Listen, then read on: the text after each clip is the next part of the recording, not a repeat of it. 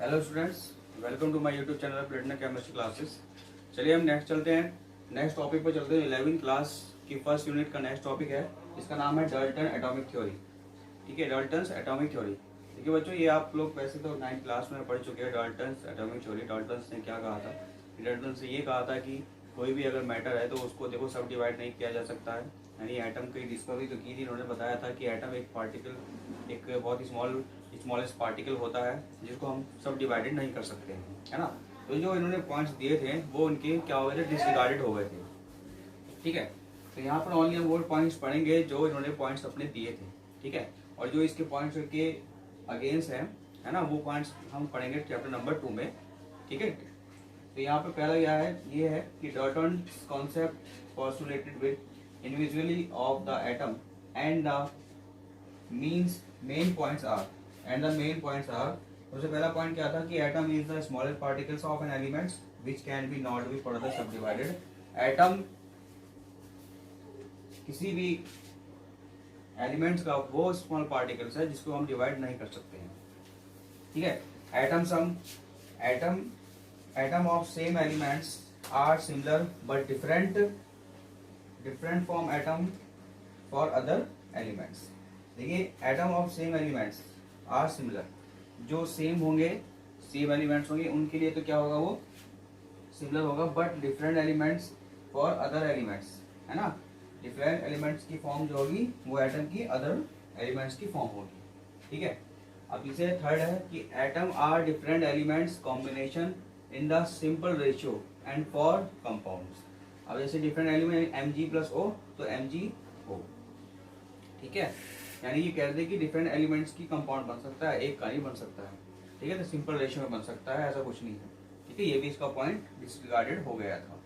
फिर atom can never be created not destroyed. Atom can never be created not destroyed. ठीक है, atom can never be यानी atom को बनाया नहीं जा सकता है, तो ये भी इनका पॉइंट गलत हो चुका था। तो all the above postulates of Dalton's are disregarded, है ना। इनकी जो सारी जो इन्होंने पोस्टुलेट दी थी वो सब डिसरिगार्डेड कर दी गई थी। ठीक है, तो डाल्टन्स एक फर्स्ट साइंटिस्ट था जिसने एटम्स के ऊपर अपने कुछ व्यूज दिए थे, है ना, एटम्स के बारे में कुछ बताया था। ठीक है, सबसे पहले यही आप साइंटिस्ट है जिन्होंने एटम की डिस्कवर यानी एटम को डिस्कवर किया था, एटम को खोजा था, लेकिन इन्होंने कुछ स्ट्रक्चर वगैरह नहीं बता पाए थे। ठीक है, तो ये 4 पॉइंट्स है इसके। ठीक है, यही हम डिस्कस करेंगे चैप्टर नंबर 2 में दोबारा से। ठीक, तो ये आप यहाँ पर टॉपिक है ये। इसके बाद चलते हैं नेक्स्ट टॉपिक पर, ये आप नोट कर लीजिए।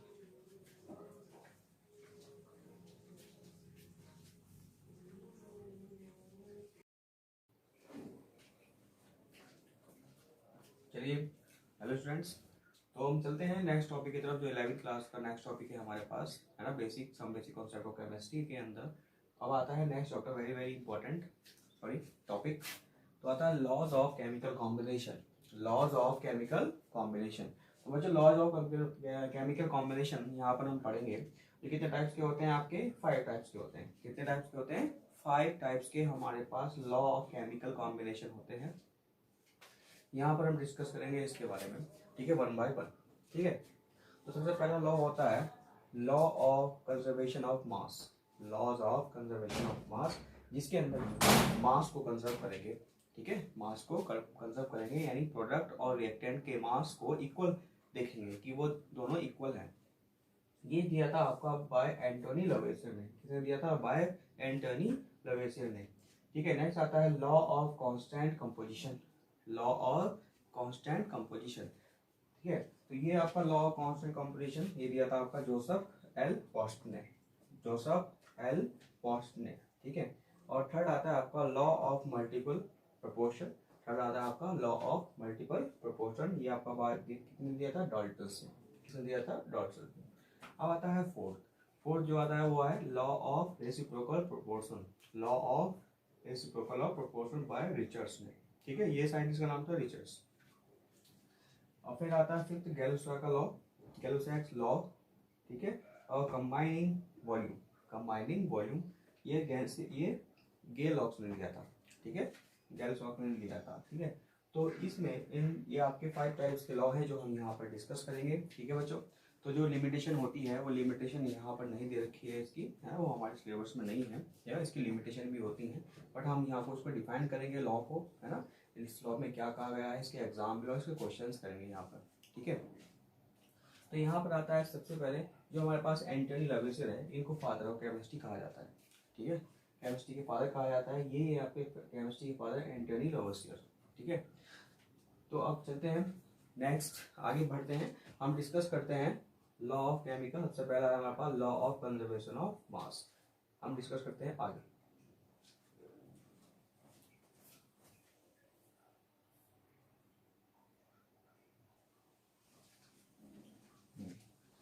चलिए स्टूडेंट्स, करते हैं हम डिस्कस अब नेक्स्ट। अब आगे लॉ ऑफ केमिकल कॉम्बिनेशन में मैं फर्स्ट लॉ ले रहा हूँ, जिसका नाम है law of conservation of mass. देखिए law of conservation of mass क्या कहता है कि according to this law during any physical or chemical change mass of product is equal to the mass of reactant। तो देखिए कोई सी फिजिकल केमिकल प्रॉपर्टीज होंगी वो जो इक्वल रहेंगी वो किसके रहेंगी, प्रोडक्ट इक्वल टू रिएक्टेंट के, प्रोडक्ट इक्वल टू रिएक्टेंट के इक्वल रहेंगी। फॉर एग्जांपल मैं ले रहा हूँ यहाँ पर, देखिए मान लीजिए कोई भी हमारे पास रिएक्टेंट में ए और बी हमारे पास क्या होगी, प्रोडक्ट, है ना, और उसके बाद एक रिएक्टेंट और इक्वल टू प्रोडक्ट, ठीक है। तो ये रिएक्टेंट है हमारे पास, ये प्रोडक्ट है, ठीक है, ये प्रोडक्ट बन रहा है। तो यहाँ पर एक 10 ग्राम मान लीजिए हमारे पास ए कोई एक सब्सटेंस है और 20 ग्राम 20 ग्राम एक कोई अदर सब्सटेंस है, तो ये मिलकर बना रहा है 30 ग्राम, ठीक है। तो कोई भी यानी कि इसमें during any physical chemical properties change, यानी कोई भी फिजिकल केमिकल प्रॉपर्टीज चेंज होने के बाद mass of product is equal to किसका रहेगा, प्रोडक्ट किसका रहेगा, इक्वल रिएक्टेंट के, है ना, जो रिएक्टेंट रहेगा और ये प्रोडक्ट रहेगा इसके इक्वल रहेगा, ठीक है। तो ये था हमारे पास पहला law, first law of conservation of मास, जो एंटनी लवेसियर ने कहा था कि कोई भी हमारा रिएक्टेंट होगा तो वो किस उस रिएक्टेंट का मास जो होगा वो इक्वल टू होगा किसके, प्रोडक्ट के इक्वल टू होगा, किसके होगा, प्रोडक्ट के इक्वल होगा, ठीक है। तो फर्स्ट है, आइए हम क्वेश्चन करते हैं एक और, इस पे एक क्वेश्चन करते हैं, इस पे बेस एक क्वेश्चन करते हैं इसके अलावा, ठीक है।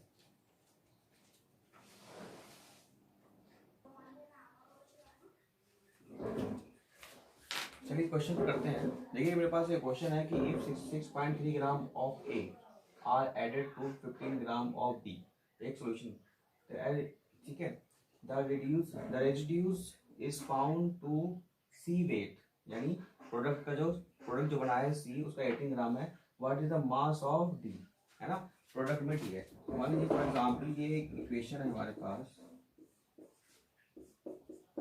ठीक है, इसका दे रखा है आपको 6.3 ग्राम, इसका दे रखा है आपको 15 ग्राम और ये दे रखा है आपको 18 ग्राम। तो हमें इसका मालूम करना है, इसका मालूम करना है, तो हम करेंगे mass of product equal to mass of reactant,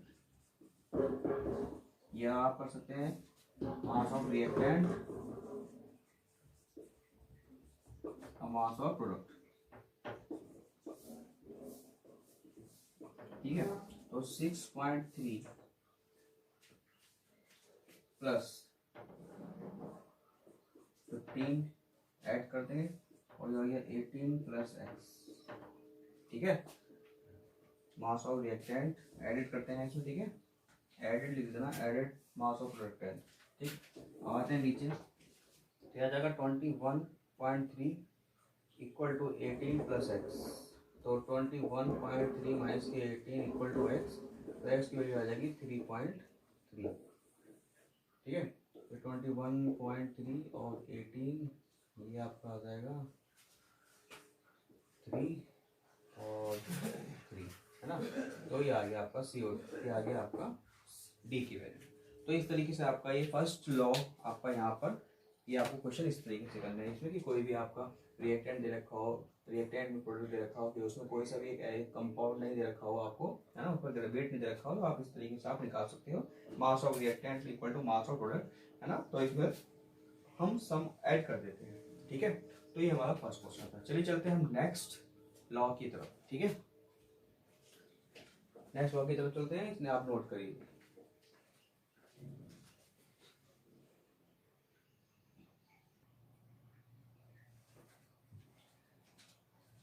चलिए बच्चों नेक्स्ट लॉ पे चलते हैं, जिसका नाम है लॉ ऑफ कांस्टेंट कंपोजिशन।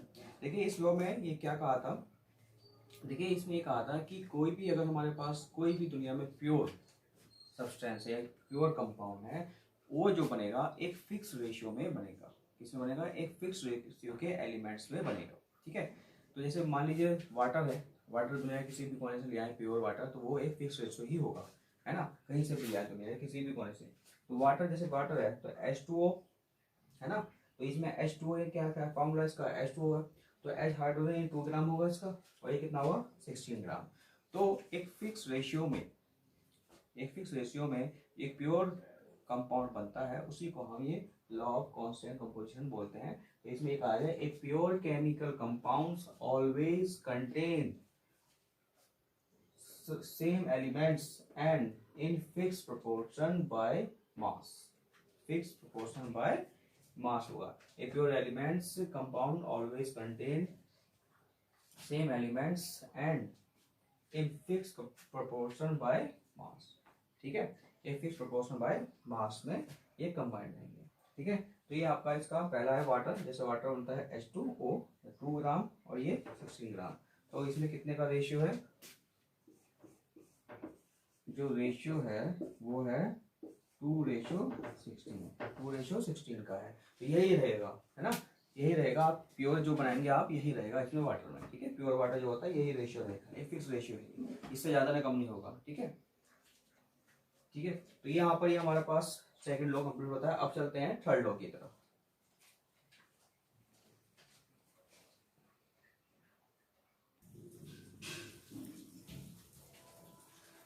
आइए चलते हैं नेक्स्ट लॉ की तरफ, जिसका नाम है लॉ ऑफ मल्टीपल प्रोपोर्शन। ठीक है, लॉ ऑफ मल्टीपल प्रोपोर्शन में ये किसने दिया था? डॉल्टन से दिया था। डॉल्टन से दिया था। इन्होंने ये कहा था कि कोई भी फिक्स एलिमेंट, यानी कि अकॉर्डिंग टू, देखिए यहाँ पर लिखिए, according to this law if two elements can combine, जब दो एलिमेंट कंबाइन होते हैं to form more than one compound, है ना, जब दो एलिमेंट कंपाउंड होते हैं और एक से ज्यादा कंपाउंड बनाते हैं, the mass of one element, तो एक एलिमेंट का मास होगा that's combined with a fix mass of the other elements, है ना।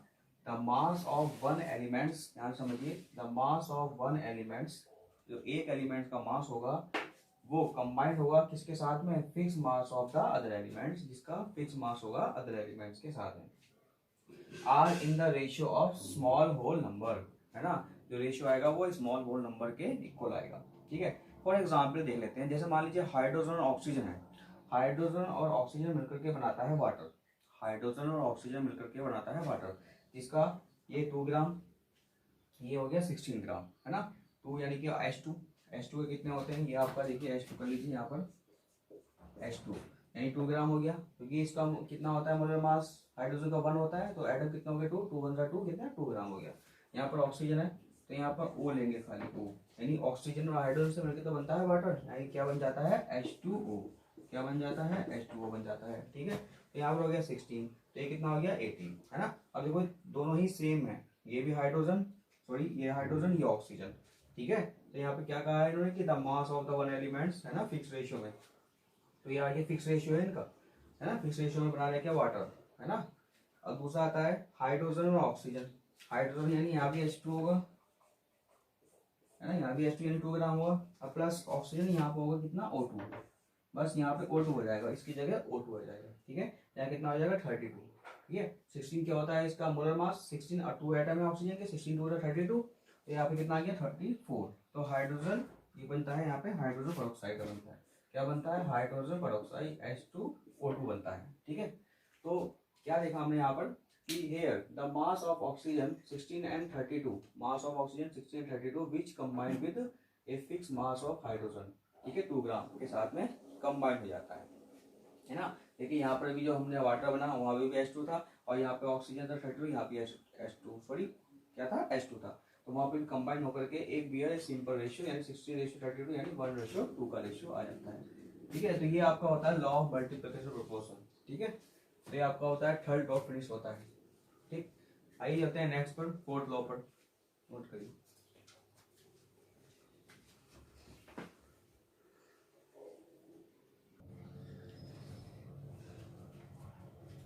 चलिए नेक्स्ट चलते हैं, नेक्स्ट लॉ की तरफ चलते हैं जिसका नाम है गैल-लॉ लॉ ऑफ गैसेस वॉल्यूम।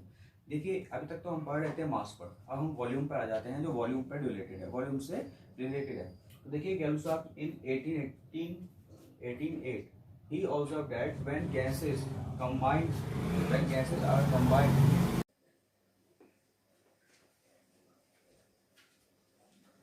तो ये गैल-लॉ का लॉ था, ठीक है बच्चों। तो यहाँ पर ये ही observe that the when gases combine और produce a chemical reaction they do show in a simple ratio by a volume provide all gases are at same temperature and pressure. ठीक है, तो कोई भी जो दो गैसेस होगी वो एक सिंपल रेशियो में, उनका जो कंबाइंड रेशियो आएगा वो एक सिंपल रेशियो आएगा, यानी 2:1 का रेशियो आएगा। ठीक है, तो देखिए 2 का मतलब क्या हो गया H2 और 1 का मतलब क्या हो गया ऑक्सीजन, यानी वाटर में कितनी ऑक्सीजन है, सॉरी वाटर में एक ही ऑक्सीजन है ना, एक और ऑक्सीजन का एटम हो गया, और यहाँ पे कितना हो गया हाइड्रोजन यानी H2 2, ठीक है 2 एटम। तो इस तरीके से 2:1 का रेशियो आएगा, यानी फिक्स रेशियो आएगा। इन्होंने ये कहा कि when gases combine or are produced in a chemical reaction, they do so in a simple ratio by volume provide all gases are at same temperature and pressure, same temperature pressure पे होगा। ठीक है, जिस तरीके से हम वहां पर पीछे करते थे मास के लिए एक सिंपल रेशियो आएगा, है ना, वेट के लिए करते थे, यहाँ पर हम वॉल्यूम के लिए करेंगे, है ना। तो एक 100 ml जो हमारे पास, जैसे 100 ml ऑफ हाइड्रोजन कंबाइन कर रहे हैं किसके साथ में 50 ml of oxygen to give 100 ml of water vapour. कितनी मिल रही है हमें 100 ml ऑफ वाटर वेपर मिल रही है ना। तो इनका जो रेशियो आएगा वो कंबाइन करके वो 2:1 आएगा। ठीक है, चाहे आप कोई सा भी कर लीजिए, उनका रेशियो वही आएगा जैसे H2 plus O2 H2 plus O sorry H2 plus O तो H2O है ना 2:1, यानी H2 हो गया 2 मॉलिक्यूल, तो 2 एटम हो गया हाइड्रोजन के और ऑक्सीजन का 1 हो गया। ठीक है, इस तरीके से। तो ये था हमारे पास गैल-लॉ लॉ गैसेस वॉल्यूम। ठीक है, इसके बाद चलते हैं नेक्स्ट पर।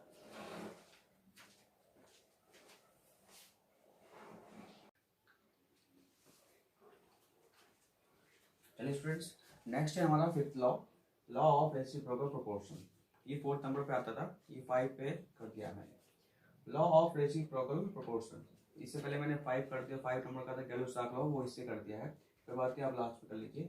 Law of reciprocal proportion by Richard in 1792 में ये डिस्कवर किया था इन्होंने कहा था कि when 2 different elements combine separately with a fixed mass of a third element, the ratio in which they do so will be the same or same simple multiple of the ratio in which they combine with each other।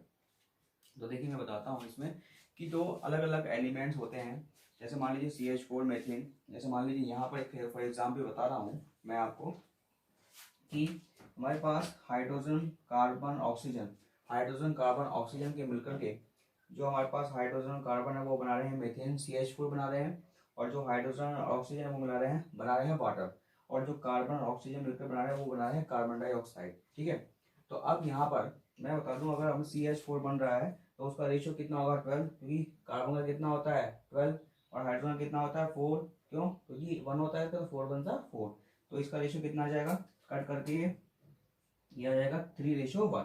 ठीक है, अब इधर आते हैं water, तो water का ratio कितना आएगा, वाटर का रेशियो आएगा 2:16। ठीक है, और इसको कट करके कितना आ जाएगा 2/2 2 8 16। अब CO2 है जो तीसरा है वो इन दोनों के यानी क्या आना चाहिए, इक्वल आना चाहिए। अब देखिए कैसे, मान लीजिए मैं अगर ये है आपका CH4 क्या कितना है 3:1 और वाटर का है आपका 1:8 ये अगर मैं ऐड कर दूं यहाँ पर 3:8 आ जाएगा, इसका आएगा 3:8 आ जाएगा। अब इन दोनों यानी CO2 है, अब CO2 का कितना होता है 12 और ये कितना होता है, कितना हो जाएगा 16, 2 एटम है 16 2 32, तो ये कैंसिल कितना आएगा 4 4 3 12 और 4 8 तो आ गया ना 3:8 और 3:8 इसके इक्वल आ गया। तो इन्होंने ये कहा था कि रेसिप्रोकल का मतलब ये है कि जो combine separately with a fix mass of a third elements the ratio in which they do so will be the same और same simple multiple of the ratio in which they combined with each other, they combined with each other, है ना। तो यहाँ पर देखिए बना ये hydrogen oxygen और ये क्या बना रहे हैं CH4 मीथेन बना रहे हैं दोनों मिलकर के, यानी अदर अदर अगर अलग अलग एलिमेंट्स एक सिंपल रेशियो में क्या आएगा, इसका रेशियो आएगा। देखिए CH4H2O 3:1 1:8, इनको दोनों को कंबाइन करके 3:8 आ रहा है। और जो हमारे पास थर्ड आ रहा है अलग बनकर के CO2 आ रहा है बनकर के कार्बन ऑक्सीजन के साथ में, तो उनका 3:8 आएगा, यानी कि सेम। तो ये हमारे पास था law of reciprocal proportion fifth. ठीक है, अब ये आपका कंप्लीट होता है यहाँ पर टॉपिक। ठीक है, अब नेक्स्ट वीडियो में करेंगे आपका नेक्स्ट टॉपिक।